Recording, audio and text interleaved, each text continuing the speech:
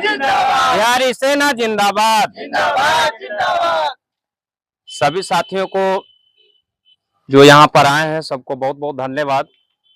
साथियों, हम कहना चाहेंगे कि अब अपने समाज में देखिए कुछ ऐसे अपराधी प्रवृत्ति के जो लोग हैं, असामाजिक तत्व,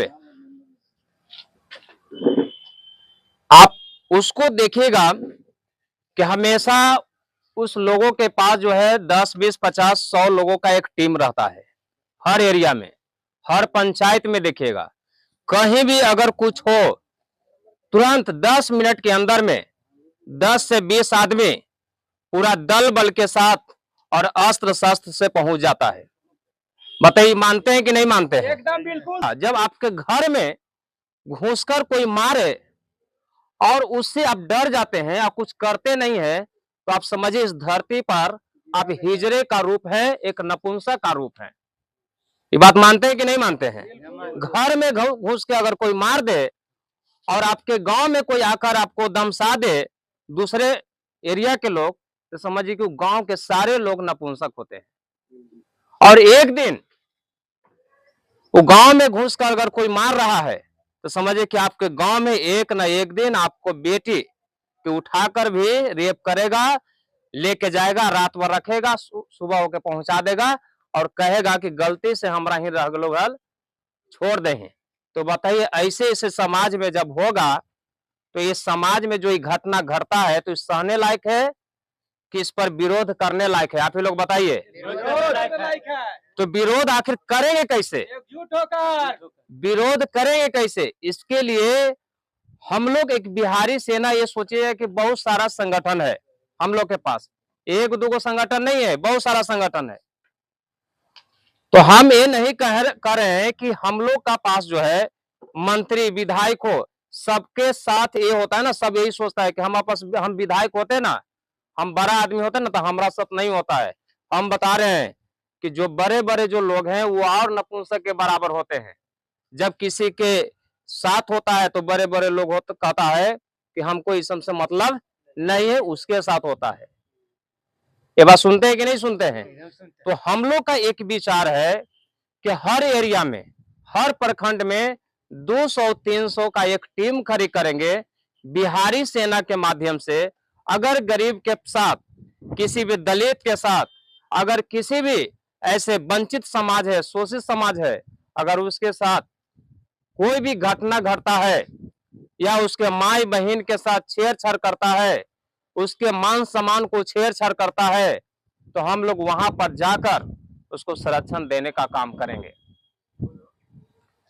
और आने वाले समय में आप देखते हो, देश की आजादी के 75 साल होने के बाद भी आज हम उसी पोजीशन पर हैं जिस पोजीशन पर आजादी के 75 साल पहले थे। सिर्फ फर्क यह है कि उस समय हम लंगोटा पहनते थे, आज हम लोग जीन्स पैंट पहनते हैं। लेकिन आज भी हम लोग को स्कूल में सरकार के माध्यम से हम लोग को अच्छा शिक्षा एजुकेशन नहीं दिया जाता है। हॉस्पिटल में जाइएगा तो वहां पे सही इलाज नहीं होता है। 75 साल पहले भी वही गरीब के साथ होता था, आज भी वही हो रहा है।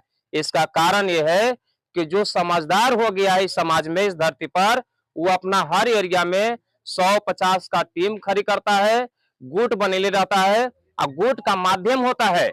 आप देखते होंगे कि हर एरिया में 50 से 100 गुट बना लेता है। अगर उसके समाज पर कोई जो है अत्याचार होता है, शोषण होता है, तो तुरंत जो है 10 से 20 आदमी मिनटों में आ जाता है। पुलिस का इंतजार वो नहीं करता है।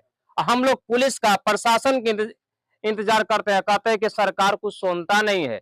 बताइए, सरकार आपका सुनेगा कि आप जब एफआईआर करने जाइएगा तो आपका बेटी के साथ, बहू बेटी के साथ इज्जत लूट लिया जाएगा, और एफआईआर करने जाइएगा तो जांच पड़ताल होगा। 10 दिन, 20 दिन, 50 दिन, 100 दिन, हो सकता है कि कुछ हो वो नहीं करेगा। अगर हम लोग उस तरह से गुट बन जाते हैं, 100, 50, 200 को टीम बन जाएगा, जिसमें एक ताकतवर लोग भी होगा, एक पूंजीपति वर्ग का लोग भी होगा, एक गरीब भी होगा, सब मिलके जब एकता हम लोग के पास होगा। संगठन का मतलब क्या है? हर जाति के लोग संगठन में होते हैं, सिर्फ एक जाति का नहीं होता है। घर में सब परिवार रहता है, भाई बहन, बेटा बहू बेटी सब होता है, मिलके रहता है एक घर में। उसी तरह संगठन में हर एक जाति के लोग रहेंगे। हर एक जाति के पास, हर एक जातियों में गरीब है, अमीर है, तो किसी भी गरीब के साथ अगर होता है तो हम लोग जो है उसको संरक्षण और सुरक्षा देने का काम करेंगे। और हर पंचायत में 20-30 आदमी का एक टीम खड़ी करेंगे, हर प्रखंड में 200-300 का टीम खड़ी करेंगे, और हर विधानसभा में 1000 का टीम खड़ी करेंगे। तो हम लोग मसौढ़ी में टीम खड़ी कर दिए हैं। अगर इस तरह की कोई समस्या होगा, थाना नहीं सुनेगा। अभी कुछ दिन हम लोग प्लानिंग कर रहे हैं कि हम लोग धनरुआ प्रखंड का जो सीओ है उसको हम लोग घेरने जाएंगे, क्योंकि धनरुआ प्रखंड का जो सीओ है पैसा पर जो है काम करता है। धनरुआ प्रखंड का जो थाना अध्यक्ष है हमेशा जाते हैं एफआईआर कराने, सुनता नहीं। तो हम लोग प्लानिंग कर रहे हैं कि धनरुआ थाना को घेरना है। अब बताइए, किसी भी थाना को घेरने के लिए 2 आदमी की जरूरत है कि 200 आदमी की जरूरत होगा? तो 200 आदमी जब हम लोग को जरूरत होगा तो कहां से आएगा? एक संगठन के माध्यम से आएगा। अगर आपके साथ होगा, सिर्फ मेरे साथ होगा, तो क्या हम 200 आदमी तुरंत इंतजाम कर लेंगे? नहीं करेंगे। लेकिन जब संगठन होगा, हम लोग को जब संगठन में जुड़ के रहेंगे, संगठन में आपकी समस्या को पता चलेगा, तो संगठन को जब ये पता चलेगा तो हम लोग कहें ना कि ठीक है, चिंता मत करो, कल धनरुआ थाना के जो है घेर लेंगे, मसौढ़ी थाना को घेर लेंगे, और तुम्हारा काम नहीं होगा, और बाप काम करेगा। अगर काम नहीं करेगा तो उस धनरुआ थाना को में जो है ना गेट में जो है ताला लगाने का हम लोग काम करेंगे। तो बताइए, इस तरह से काम होगा कि नहीं काम होगा? आज जब कहते हैं कि वो लोग जो है किसी भी अन्य जातियों, किसी भी अन्य वर्ग को हम लोग दोष ठहराते हैं, तो हमेशा जो है हम पर अत्याचार, मालूम है कि नहीं मालूम है? बोलिए, अगर गलत बोल रहे हैं तो खड़ी होके बोलिए कि गलत बोल रहे हैं। ताश खेलेगा 10 को बैठ के, लेकिन उस हम 10 को बैठ के बात करेगा तो कहेगे वो फलनामा के बड़का बन गलू है, अब कैसे उसको से रंगदारी लेना है, फलनामा चलो बुलेट से उसको कैसे दबाना है, ये प्लानिंग करता है वो, आपको बढ़ने से रोकने का प्लानिंग करता है वो। लेकिन हम लोग कभी सोचे कि कौन ऐसा माई के लाल पैदा लिया है धरती पर? जब देश आजाद हुआ 1947 में, तो 1950 में जो है संविधान लागू हुआ कि हम लोग को जो है बराबर का हिस्सेदारी मिला। बाबा साहेब भीमराव अम्बेडकर संविधान का जनक है। उन्होंने क्या किया? सब समान रूप से रहेगा, सबके बराबरी का हक मिलेगा, और इस देश में व्यक्ति प्रधान है। व्यक्ति, हम भारत के लोग, और व्यक्ति से बड़ा कोई नहीं इस धरती, प्रधानमंत्री भी नहीं है। जो प्रधानमंत्री पर धारा लगेगा वही धारा हमको पर भी लगेगा, जो धारा राष्ट्रपति पर लगेगा वही धारा एक रिक्शा चलाने वाला पर लगेगा। बात मानते हैं कि नहीं मानते हैं? यानी इस देश में व्यक्ति मेन है, प्रधानमंत्री राष्ट्रपति हमारा नौकर है, यहाँ का एसपी डीएसपी सीओ सब नौकर है। लेकिन हम लोग कहीं ना कहीं अधिकार से वंचित हैं, अपने अधिकार को नहीं जानते हैं। तो हम लोगों ने यही सोचा कि ठीक है, जो शोषण हो रहा है इस शोषण को हद तक रोकना है। कि रोकना है कि नहीं रोकना है? आप लोग बोलिए। तो रोकने के लिए क्या करना पड़ेगा? एक गुट बनाना होगा। 5 उंगली को अगर मिला देंगे तो कुछ बन जाएगा ये।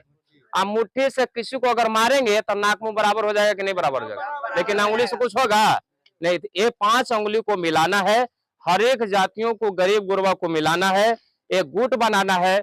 हम लोग कहीं अगर थाना को घेराव करेंगे तो अगला जो बाउंड्री होगा 5 से 10 आदमी हम लोग रहेंगे, पीछे से कम जनता रहेगा ना भाई, जनता रहेगा, वहां पे भीड़ देखेगा। जैसे अभी बता रहे हैं, जब 2 या 3 आदमी से थाना में जाते हैं ना तो डरे थानाध्यक्ष नहीं कुछ बोलता है,